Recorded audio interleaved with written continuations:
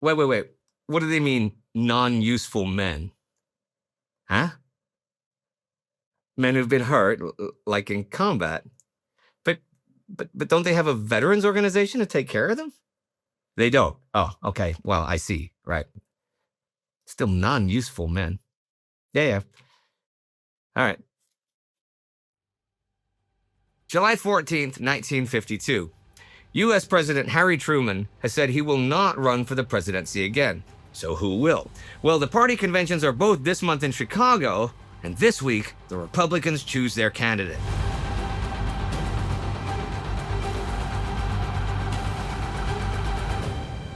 I'm Indy Neidell, and this is the Korean War. Last week, the U.S. Republican Party convention began with Douglas MacArthur as keynote speaker. The U.S. steelworkers strike seriously affected artillery shell production, and the war continued as always lately with small actions in the field. If you will remember, towards the end of June, U.S. 45th Division units were making forays to try and capture Chinese POWs to get information from them about their units, what they were, and what their roles were. UN Forces Commander Mark Clark now launches another attempt. Well, a similar thing. This time with the ROK 11th Division from the ROK 1st Corps. The ROK is the South Koreans. And their job is taking North Korean prisoners. The operation is called Buckshot 16 and involves a reinforced battalion west of the Nam River starting July 8th. They lose 33 men killed, 157 wounded, and 36 missing in action. And they kill 90 of the enemy and wound 82, but they do not take one single prisoner.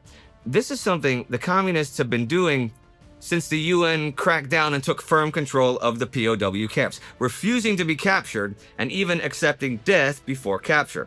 Clark decides these efforts are not worth the losses they take, so he'll turn down 8th Army Commander Jim Van Fleet's request for a similar operation in 1st Commonwealth Division zone. For General Van Fleet, who may have hoped that the change over in commanders from Ridgway to Clark might result in less restriction upon his activity along the front, June and July may have been disillusioning.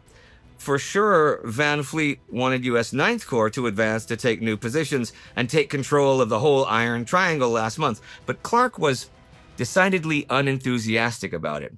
Van Fleet said they'd get intel on enemy positions, give new troops some experience in the field, maybe destroy enemy stockpiles with American firepower and Korean mobility.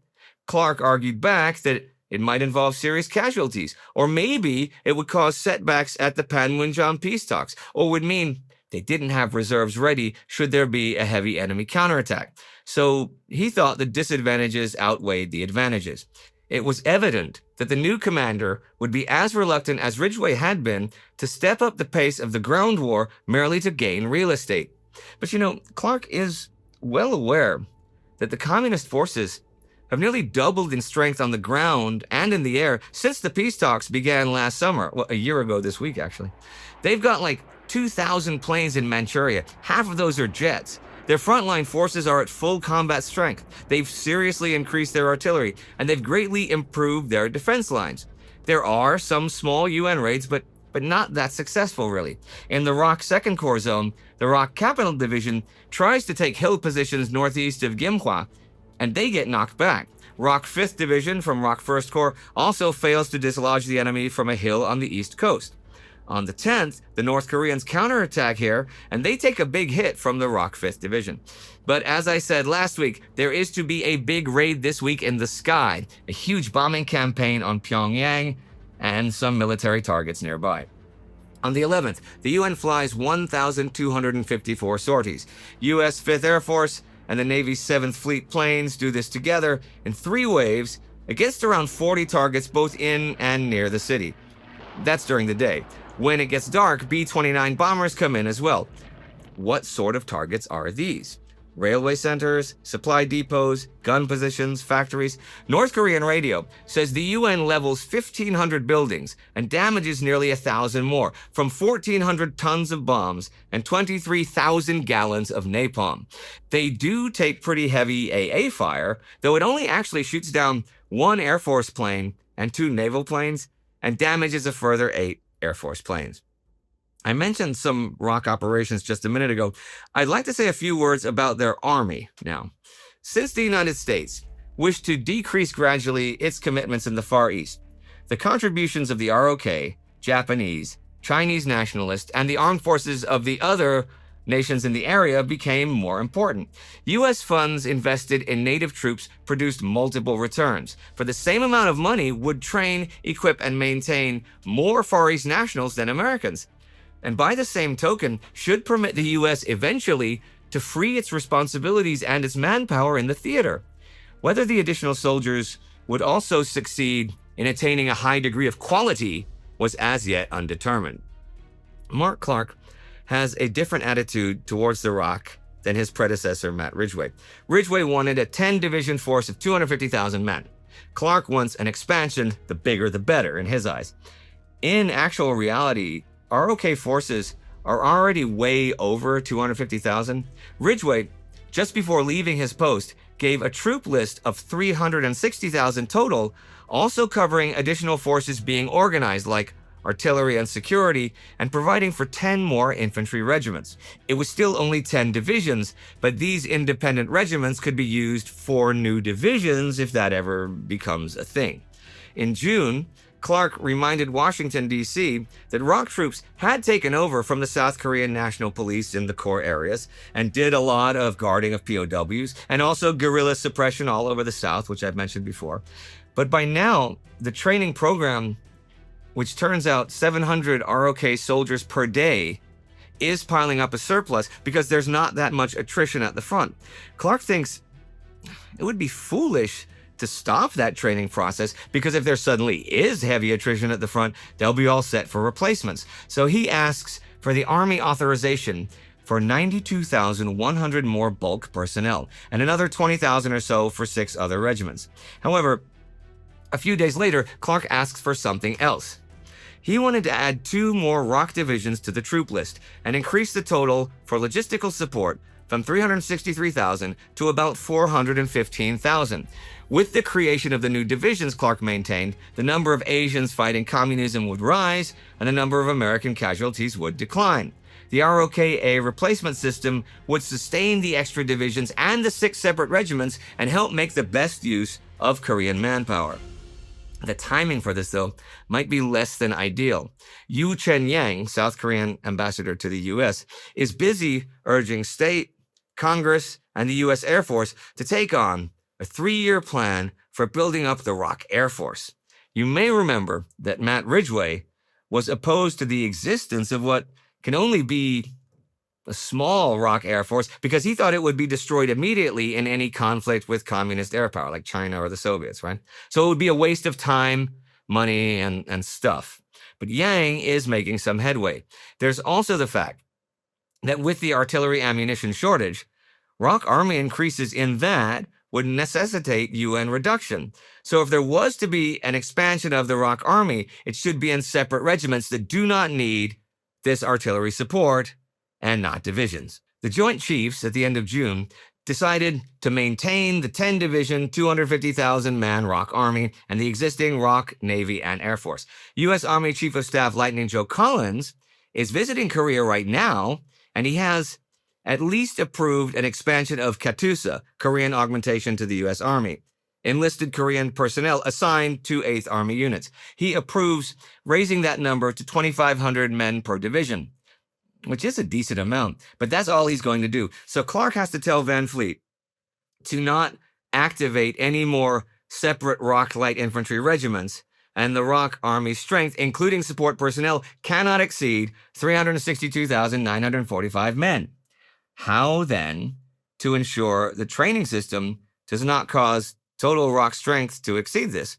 Well, there is no ROK veterans organization. So there are like 30,000 men listed on the rolls who are either no longer active or have been physically disabled or something like that. So Clark tells Van Fleet to take these non-useful men and separate them from the actual army. Let's also take a look at the UN soldiers, or at least today, the American soldiers. They make up the bulk of the UN infantry at the front, right? The guys who hold the front now are more and more very different from the guys who went to Korea the first year and a half of the war. Those recalled reservists from World War II, they've mostly gone home. And now? The average man of the infantry companies was a selectee, and rapidly he was becoming a special sort of a selectee. The first of draft call, in the summer of 1950, was a vacuum cleaner, sprung without warning. It took skilled and unskilled alike, high school senior and college teacher together. There was no time to escape. The Army got a great number of highly skilled men, which it badly needed. Throughout all history, only the pinch of poverty or the pressure of the draft board has made men in large numbers enter the ranks. But by 1951, there was little poverty and the draft pressures had relaxed. So, young men with no appetite for being in the infantry on the front lines in Korea have enlisted in the Coast Guard, the Navy, and the Air Force to avoid that. Those branches of service where skills are more at a premium, but the combat danger in Korea is less, right? So even the Marine Corps, which keeps its standards high, has had difficulty recruiting up to authorized strength since they're at the front lines. Students were now exempt from the draft. So if you could get into college, you were good. And parenthood was a pretty good out from the draft too. Understandably, with an unpopular war that had little public enthusiasm or support, the quality of men left over for the infantry declined. By May 1952, of over 5,000 new trainees entering the 1st Armored Division at Fort Hood, Texas, slightly over half had General Army classification test scores of 80 or under. By Army standards, unfit for training at any Army school, including cooks and bakers. It seemed an unmistakable trend that only those too stupid to figure it out were coming into the ground forces. Okay, those men show that they can fight just fine, but the character of the regular soldiers really changes, and also their leadership. Those reserve officers who fought at places like Bloody Ridge, well, they're gone, and their places are now held by men from college ROTC, Reserve Officers Training Corps. These guys as a group are better educated than pretty much any American officer corps has ever been. But how many of them have actually seen hardship before? No knocks against their intelligence and keenness, but they are way more permissive with their men. ROTC has, of course, not prepared them for actual combat. Once in staff jobs, they'll be great at it, but now they're platoon commanders, and they're not so good at that yet, these 21-year-olds. And they worry their platoon commanders. Few of these men, either officer or soldier, had a strong belief in the reason for which this war was fought. They came because they had to. They did what they had to do, with one eye on Panmunjom, and when the time was up, they went home. Well, ours not to reason why, ours just to do or die. I'm not trying to make a point with this. I'm just pointing out that as the character of the war has changed, so too has the character of the men fighting it. And so too changes their world at home. The steelworker strike in the U.S. continues. On July 10th, according to the New York Times the following day, secret talks are held in Pittsburgh between labor and management, which I guess weren't so secret, actually. Well, they agree on just about everything except the union shop, which would be a workplace where the owners could hire non-union employees, but they would be required to join the union after a certain period of time or lose their jobs. They'll meet again next week, but because of the strike, Van Fleet tells his gang that he thinks the 8th Army resupply rate for their 155mm howitzers will be just 6 to 8 rounds a day through October, so they can only use those guns on the absolutely most rewarding targets. Yesterday and today, Collins assures Van Fleet he'll get at least 5 rounds per tube per day, and that even includes the new ROK battalions. That is way down from the 40 per day per gun that they want for full operations. And also in the U.S., the Republican Party convention in Chicago comes to its end this week on the 11th, and boy, have there been fireworks. The balloting that day begins with the official nominating, and Illinois Senator Everett Dirksen nominates one of the two frontrunners, Ohio Senator Robert Taft.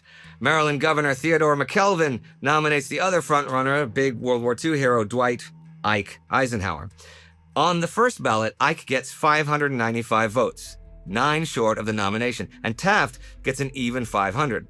Remember though, because of some sketchy machinations, Taft was stripped of 42 delegates from Texas, Louisiana, and Georgia last week, and they were given to Ike. So it would have been neck and neck without that. California Governor Earl Warren comes in third with 81 votes. But after the ballot, people make changes, the delegates change. But Warren's backers will not change over to either Taft or Ike because they think that continued deadlock might allow Warren to win as a compromise candidate. However, Minnesota Governor Harold Stassen only gets 20 votes, which is less than 10% of the total vote, so his home state delegates are not bound to him any longer, and 19 of them changed to Eisenhower, giving him the nomination. Many other delegations then come over to him, sort of falling in line with the victor. His nomination is proclaimed at 1:32 p.m., and shortly after that, he tells his advisors that his running mate will be California Senator Richard Nixon. Ike meets with Taft and asks for his endorsement and his support in the actual campaign. Taft immediately agrees to this. As for the formal Republican platform, brimming with talk about traitors in high places and arrogant bureaucrats, they took the Democrats to task for a long string of diplomatic failures ranging from Yalta to China. The language on Korea, however, was relatively mild, centering chiefly on Truman's decision not to obtain a formal declaration of war. We charge that they have plunged us into war in Korea without the consent of our citizens through their authorized representatives in the Congress, and have carried on that without will to victory. Basically, they want to end the Korean War, develop nuclear weapons for defense, support the Taft-Hartley Tariff Act, which restricts labor union power, fire all the unnecessary employees at the State Department, and end communist subversion everywhere it rears its ugly head in the United States. The Democratic Convention is also to be held in Chicago and begins the 21st. And that ends this week of the Korean War, with real worries about shell supply in the face of a strike, operations that take no prisoners, bombing Pyongyang, and Ike and Nixon winning the Republican nomination for president and vice president.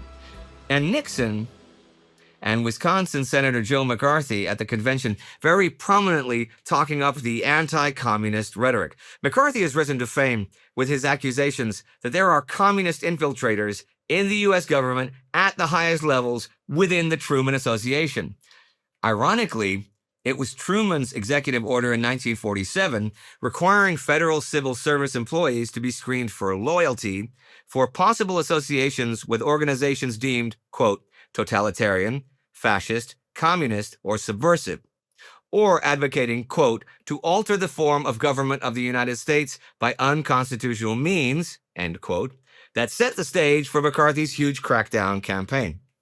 Truman calls McCarthy, though, and there's another quote, the greatest asset the Kremlin has by, quote, torpedoing the bipartisan foreign policy of the United States. It's very messy, and a lot of people are losing their livelihoods, but there are an awful lot of communists in this world of ours right now, and being in the thick of this, and with this war, it is hard to know if you're right or if you're just being paranoid. I'm sure we'll see more of McCarthy, well, and this Nixon guy, over the coming months. And to ensure that I do that, join the Time Ghost Army. That is what allows me to do this show. You can join the army at timeghost.tv or patreon.com. Charlie Farley is the Time Ghost Army member of the week here. Do not forget to subscribe. See you next time.